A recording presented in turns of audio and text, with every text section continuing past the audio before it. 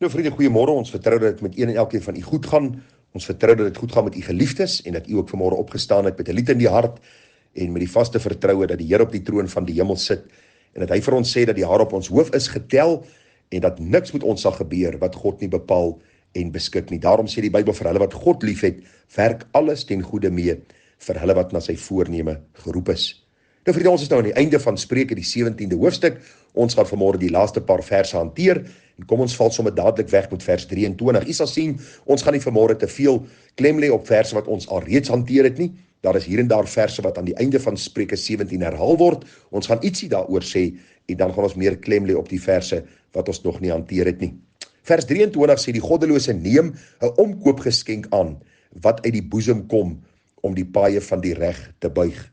Nou vriende, hierdie vers gaan eenvoudig daaroor, daar is goddelose mense in die regeringsstelsel wat omkoopgeskenke aanneem om die reg te verdraai. Dis mense wat lynreg leef teen dit wat hulle beloof het hulle gaan doen. Die oomblik as jy in 'n posisie kom waar jy die reg moet toepas, het jy belofte gemaak voor God en voor mense. Jy's ingestem, jy's 'n regerder in 'n land en selfs as jy 'n koning is, was daar sekere wette wat vir jou gegeld het en jy moes toegesien het dat dit toegepas word volgens die billike orde wat daar gestel was. God se woord is vir ons die lig vir ons pad en lamp vir ons voet en die oomblik wanneer 'n persoon 'n omkoopgeskenk aanvaar om die reg te verdraai, om die reg nutteloos te maak, die wetgewing nutteloos te maak, sê die Bybel, hy sal 'n regverdige oordeel van God ontvang. Jy moet onthou vriende, dat die Here self op die regte tyd mense sal oordeel. Want u sien die woord sê vir ons baie duidelik dat die Here stel regerings aan en die Here stel regerings af.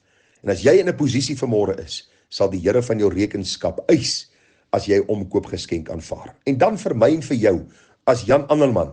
Vriende, vir ons geld hierdie ding ook.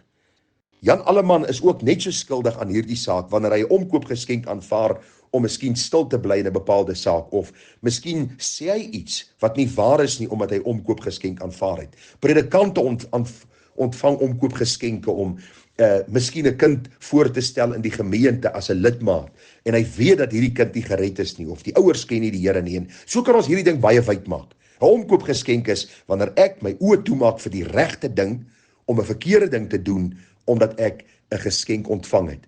En daarom is dit belangrik dat ons hierdie saak sal sien vir wat dit is en tot in die fynste detail sal bestudeer sodat ons nie in hierdie boosheid sal verval nie. Vers 24. Die verstandige hou die wysheid voor oë, maar die oë van die dwaas is by die einde van die aarde. Een van die vertalingsstuk nageslaan het sê dit vir my so mooi.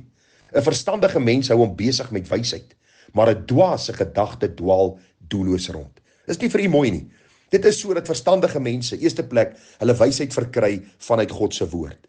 Hulle studeer, hulle probeer kennis vermeerder. Hulle pas hierdie kennis toe en gee God die eer vir die sukses wat hulle bereik. Verstandige mense, vriende, is mense wat besige mense is. Maar die Bybel sê vir ons dat die dwaas is iemand wat doelloos ronddwaal, sy gedagtes dwaal doelloos rond en dan vriende, begin hy dink oor sonde en hy begin sonde doen en die einde van sy pad is elende en hartseer. Daarom het die spreekwoord gelei dat ledigheid is die duiwel se oorkus en daarom moenie jou gedagtes laat ronddwaal nie. Hou jouself produktief besig. Wees besig met iets, studeer iets, lees die woord van die Here, bepeins dit. Laat jou hande doen wat dit vind om te doen. Moenie ledig wees nie, want dan is dit 'n teelaarde vir sonde en vir hartseer en boosheid en jou dwaasheid sal na vore kom.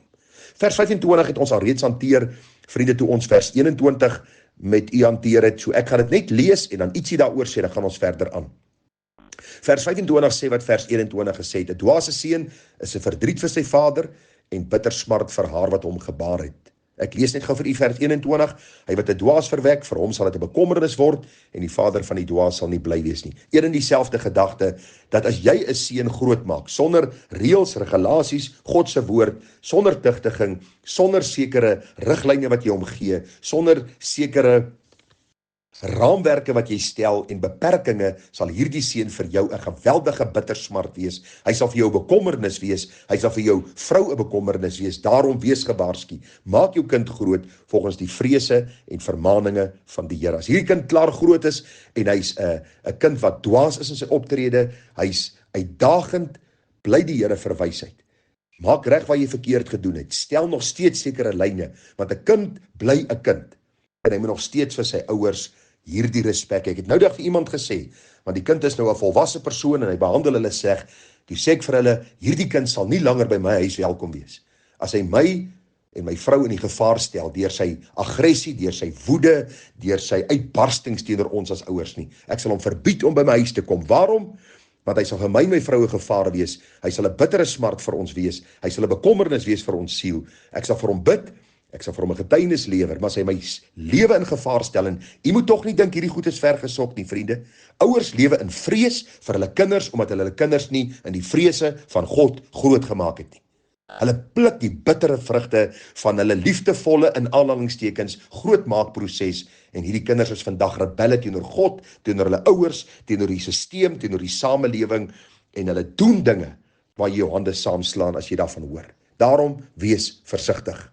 Vers 26, is dit alreeds nie goed om regverdiges te beboet nie, om edeles te slaan is onbetaamlik. Weereens gaan dit oor die verdraaiing van die reg, wanneer ons die wet nie toepas nie, wanneer ons regverdiges vriende skuldig bevind, omdat ons 'n omkoopgeskenk aanvaar het.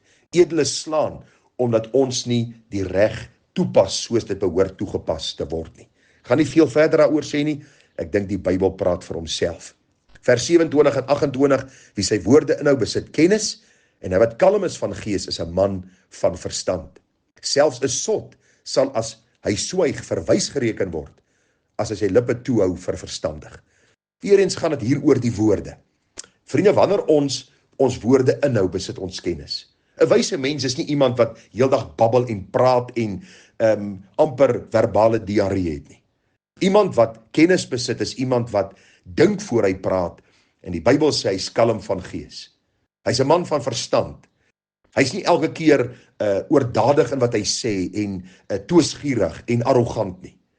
En nou sê die Bybel, selfs as 'n sot swyg, sal hy as wys gereken word. Partykeer is dit goed om in 'n geselskap doodstil te bly en net te luister en te observeer sodat jy kennis kan verkry, wysheid en insig kan bekom om dan weer op jou beurt 'n goeie antwoord te gee. Daarom vriende, stel 'n wag voor jou mond, soos ek 'n wag voor my mond moet stel. Ek wil hierdie oordeenking van vanmôre afsluit met 'n gedeelte daar in Lukas 18. Ons praat baie oor mense wat die reg verdraai, mense wat ander mense te nakom, mense wat ly onder goddelose regerders, onder kinders, onder mense wat hulle te nakom, mense wat hulle indoen, mense wat van hulle geld steel en jy kan al hierdie dinge onder hierdie gedagte plaas. Nou daar is 'n vers of 'n gedeelte in die woord wat my baie getref het wat ek graag vanmôre wil afsluit. Vir u wat vanmôre voel dat u geweldig te nagekom is, dat mense nie na u luister nie, dat mense u ingedoen het, dat mense vir u lieg, dat mense omkoopgeskenke neem om jou naam sleg te maak en mense opstaan, dan wil ek vir u hierdie gedeelte gee om af te sluit, wat jou sal bemoedig vir die pad vorentoe. Ons lees daar in Lukas 18, en die gelykenis sê die gelykenis van die onregverdige regter. En Jesus het ook aan hulle 'n gelykenis vertel met die oog daarop, dat 'n mens gedurig moet bid en nie moedeloos word nie. Vriende, hier is die eerste antwoord.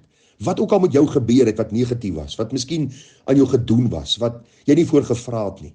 Begin altyd om gedurig te bid en nie moedeloos te word nie, want die Here hoor elke gebed. En daar staan die gelykenis sê, daar was 'n regter in 'n stad wat God nie gevrees en geen mens ontsien het nie. Tipies van ons tyd en ons dag en ons kultuur en ons mense. En daar was in daardie stad 'n weduwee, en sy het gedurig na hom gekom en gesê, doen reg aan my teenoor my teepartye. En 'n tyd lank wou hy nie, maar daarna het hy by homself gesê, al vrees ek God nie en al ontsien ek geen mens nie, tog sal ek, omdat hierdie weduwee my moeite gee, aan haar reg doen, sodat sy nie einde kom en my in die gesig slaan nie. En dan sê die gedeelte verder, toe sê die Here, hoor wat die onregverdige regter sê. Sal God dan nie reg doen aan sy uitverkorenes, wat dag en nag tot hom roep nie, al is hy ook lankmoedig in hulle geval. Ek sê vir julle dat hy gou aan hulle reg sal doen. Maar as die Seun van die mens kom, sal hy wel die geloof op die aarde vind?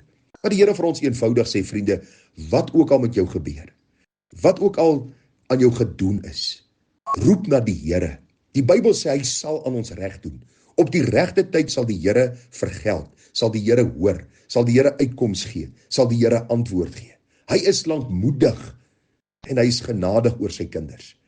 Daarom is ons nie mense wat wil vergeld nie, ons is nie mense wat altyd op die vergeldingspad uit is nie, ons is nie mense wat heeldag toos en argumenteer en beklei nie. Ons vat ons saak na die Meester, na die Here, na die redder van ons siele, na die komende regter. En die Bybel sê vir ons, dat die Here sal vir ons hoor. Nou sê die Bybel, sal hy geloof op die aarde vind. Met ander woorde, stel ek my vertroue in hom, of probeer ek self goed uitsorteer, probeer ek beklei vir myself, probeer ek my sê en my stempel afdruk en al hierdie goed doen wat die wêreld doen. Ek pleit by jou vanmôre dat jy nie die gedagte om na God te gaan in die gebed sal onderskat nie, maar dat jy sal weet hy hoor en hy antwoord op die regte tyd. Daarom volg die waarhede van Spreuke, die boek Spreuke, die waarhede in Spreuke. Pas dit toe in jou siel en laat die Here vir jou stry. Wees jy stil, dien die Here. Staan op wat verkeerd is, binne die raamwerk en beperking wat God jou stel, maar laat die res aan die Here oor, want hy sorg vir ons. Vriende, groete, mooi dag verder te raak.